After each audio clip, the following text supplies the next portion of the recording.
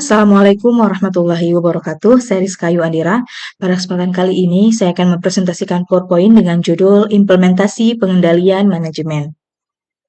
Pendahuluan, pengendalian manajemen adalah elemen vital dalam organisasi, terutama di sektor jasa yang mengalami pertumbuhan pesat.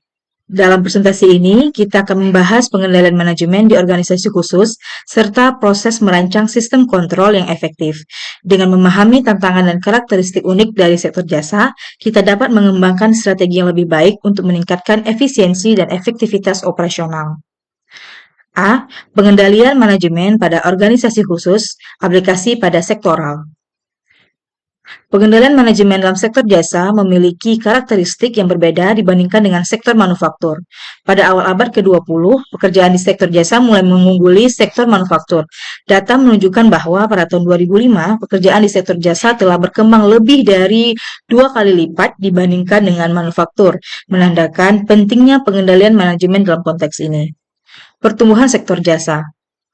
Pertumbuhan sektor jasa mencerminkan pergeseran signifikan dalam perekonomian global. Permintaan akan layanan terus meningkat dan pengendalian manajemen menjadi sangat krusial untuk memastikan efisiensi operasional dan kepuasan pelanggan. Dalam lingkungan yang kompetitif ini, organisasi jasa harus mampu beradaptasi dengan cepat terhadap perubahan permintaan pasar. Karakteristik pengendalian manajemen di sektor jasa. Pengendalian manajemen di industri jasa memiliki beberapa karakteristik unik yang mempengaruhi cara organisasi beroperasi dan mengelola sumber daya. Karakteristik ini mencakup ketidakadaan tempat persediaan, kesulitan dalam mengendalikan kualitas, serta ketergantungan pada tenaga kerja manusia. Tidak terdapatnya tempat persediaan. Salah satu tantangan utama adalah ketidakadaan tempat persediaan. Berbeda dengan produk fisik yang dapat disimpan untuk dijual di masa depan, layanan seperti kamar hotel ataupun waktu dokter tidak dapat disimpan dan hilang jika tidak digunakan. Hal ini memaksa organisasi untuk meminimalkan kapasitas yang tidak terpakai dan menyesuaikan layanan mereka secara real time. Dampak ketidakadaan persediaan. Ketidakadaan persediaan berarti bahwa organisasi jasa harus menyesuaikan kapasitas mereka dengan permintaan secara real time. Misalnya, hotel tidak dapat mengurangi biaya secara substansial dengan menutup sebagian kamarnya.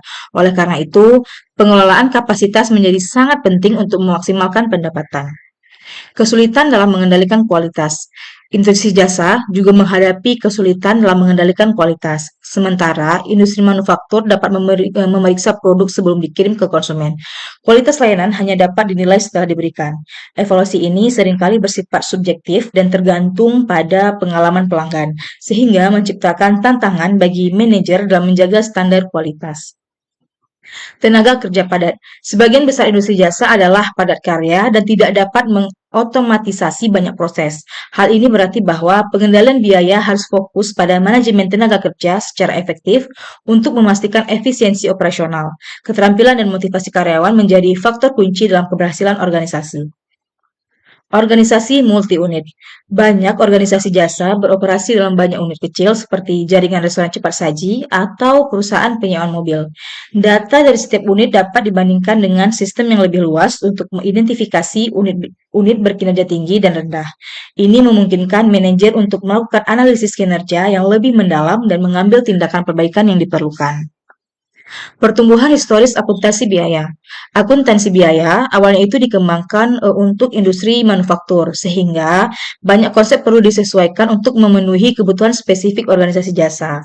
Misalnya, sistem akuntansi biaya harus mampu menangani variabel unik dari layanan yang tidak dapat disimpan. Organisasi layanan profesional. Contoh, organisasi jasa profesional termasuk firma hukum, akuntansi, dan kesehatan. Keahlian staf menjadi aset utama yang tidak tercermin di neraca, sehingga pengukuran kinerja menjadi lebih kompleks. Organisasi ini harus menemukan cara untuk mengevaluasi kontribusi individu terhadap hasil keseluruhannya. Tujuan organisasi profesional.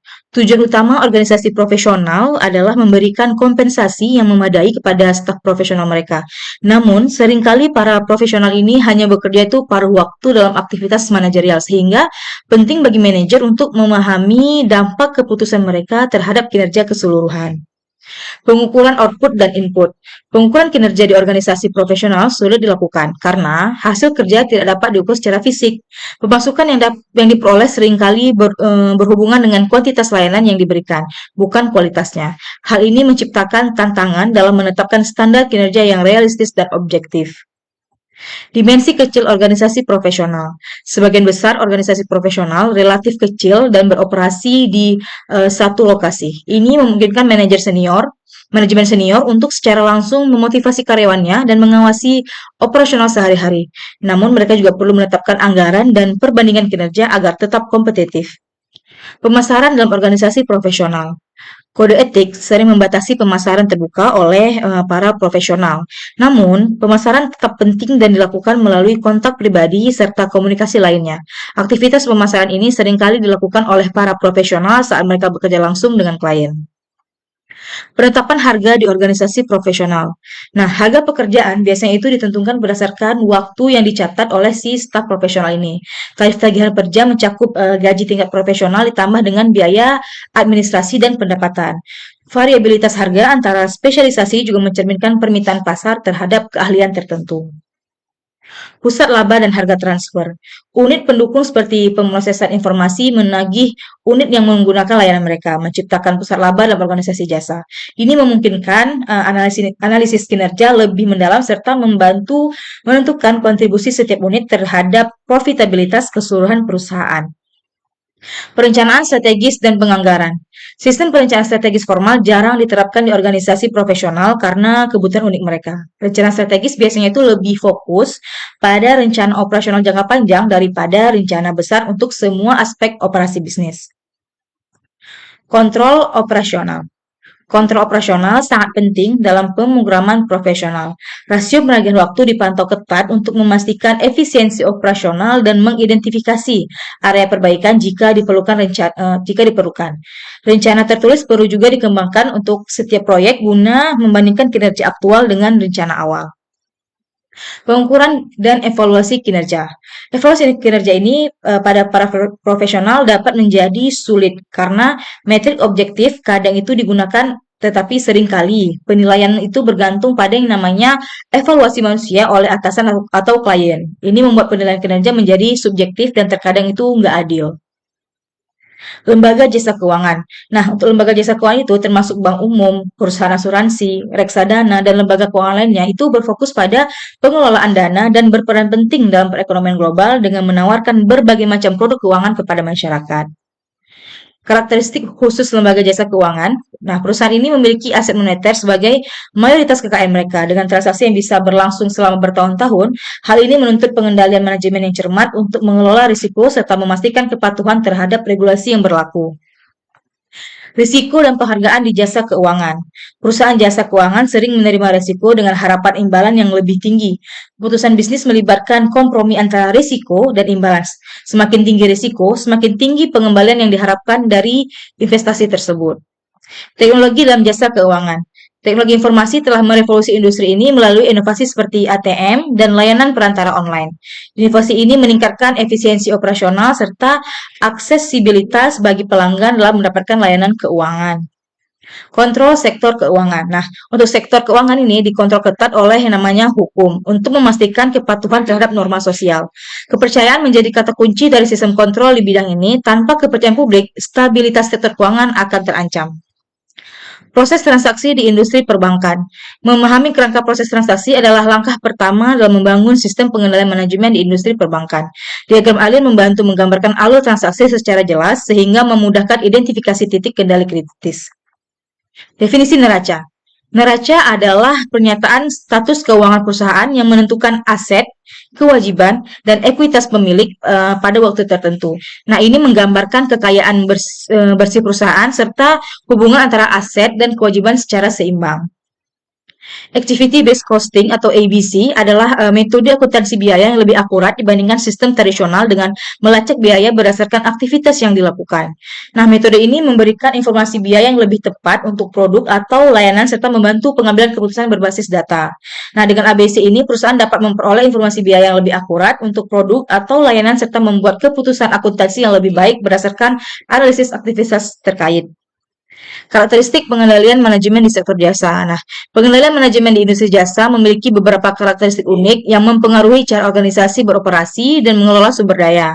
Nah, karakteristik ini mencakup ketidakadaan tempat persediaan, kesulitan dalam mengendalikan kualitas, serta ketergantungan pada tenaga kerja manusia. B. Proses merancang sistem kontrol. Merancang sistem kontrol manajemen yang efektif itu dimulai dengan penetapan tujuan yang jelas untuk setiap unit atau departemen dalam organisasi agar dapat memberikan arah strategis yang tepat bagi semua anggota tim. 12 langkah untuk merancang sistem kontrol. Langkah pertama, mendengarkan kebutuhan pelanggan. Nah, ini adalah mendengarkan dengan cermat kebutuhan pelanggan, melibatkan aktif mendengarkan, bertanya secara efektif, dan mengklarifikasi situasi yang tidak jelas. Penting untuk menunda penilaian pribadi agar dapat memahami perspektif pelanggan dengan lebih baik. Langkah kedua, psikotes proyek, yaitu menganalisis psikologis terhadap proyek dalam konteks keseluruhan organisasi. Pilih model konsultasi yang sesuai seperti gaya ahli atau model dokter pasien untuk memastikan pendekatan yang tepat dalam menangani masalah. Langkah ketiga, menentukan tujuan yang jelas. Tentukan dengan jelas tujuan proyek tanpa kompromi. Pemahaman formal tentang tujuan ini penting untuk strategi organisasi dan harus diklarifikasi agar semua anggota tim memiliki visi yang sama. Langkah yang keempat, mendorong dialog. Nah, dorong dialog terbuka di antara semua tingkat organisasi. Hal ini penting untuk membahas tujuan dan cara mencapainya tanpa terburu-buru mengeluarkan pendapat sehingga menciptakan lingkungan yang mendukung pemikiran kreatif. Langkah kelima, membangun database dan diagram alur. Nah, bangun database yang komprehensif dan buat diagram alur transaksi untuk memvisualisasikan proses. Gunakan perangkat lunak yang sesuai untuk meningkatkan efisiensi pengumpulan data. Langkah keenam, menentukan indikator kinerja kunci atau KPI. Identifikasi KPI ini dapat dibandingkan dengan rekomendasi sebelumnya. Nah, KPI ini akan menjadi alat ukur penting untuk menilai kemajuan menuju tujuan. Langkah ketujuh, metode pengukuran input dan output. Tentukan metode untuk mengukur input dan output, ini termasuk pengamatan langsung serta teknik pengukuran lainnya yang relevan dengan proyek. Langkah ke-8, analisis data pengukuran. Nah, lihat pengukuran ini dan analisis data yang diperoleh, maka pengamat ini akan memberikan wawasan berharga tentang kinerja sistem kontrol yang sedang dirancang. Langkah ke-9, diskusikan hasilnya. Dengan mendiskusikan hasil analisis data dengan tim, dapat mendapatkan masukan dan perspektif tambahan. Nah, diskusi ini membantu dalam memahami implikasi dari data yang diperoleh. Langkah ke-10, siapkan laporan awal. Nah, siapkan laporan awal yang berisi solusi alternatif berdasarkan hasil analisis. Laporan ini harus mencakup rekomendasi konkret untuk tindakan selanjutnya. Langkah 11, atur ulang laporan. Nah, lakukan revisi pada laporan berdasarkan umpan balik yang diterima dari diskusi sebelumnya. Pastikan laporan akhir mencerminkan semua masukan penting dan siap untuk disajikan kepada manajemen. Langkah ke-12, menyerahkan laporan akhir kepada manajemen. Akhirnya, serahkan laporan akhir kepada manajemen, dan laporan ini harus jelas, terstruktur, dan juga harus disajikan solusi serta rekomendasi yang dapat diimplementasikan untuk perbaikan sistem kontrol. Masa depan sistem pengendalian manajemen. Nah, organisasi yang matang harus memperluas dan meningkatkan alat pengendalian manajemen mereka seiring dengan perubahan lingkungan. Teknik yang efektif 10-20 tahun lalu mungkin tidak lagi memadai. Lingkungan yang selalu berubah memerlukan penetapan tujuan dan faktor kunci keberhasilan yang baru, yang pada gilirannya akan menghasilkan tindakan dan tolak ukur evaluasi kinerja yang berbeda. Oleh karena itu, sistem pengendalian manajemen harus terus dikembangkan agar organisasi dapat mengelola sumber daya secara efektif dan efisien. Prinsip penting dalam pengendalian manajemen. Yang pertama, kepentingan pribadi, yaitu desain sistem kontrol harus mempertimbangkan kepentingan pribadi individu. Yang kedua, insentif.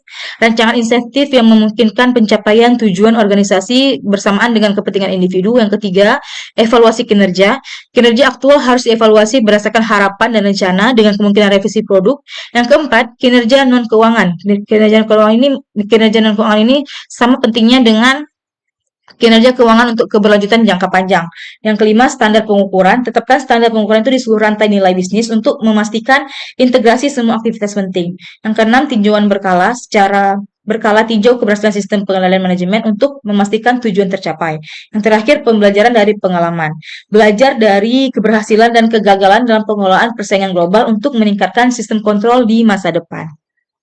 Sekian presentasi saya pada kesempatan kali ini. Semoga bermanfaat untuk teman-teman semua. Assalamualaikum warahmatullahi wabarakatuh.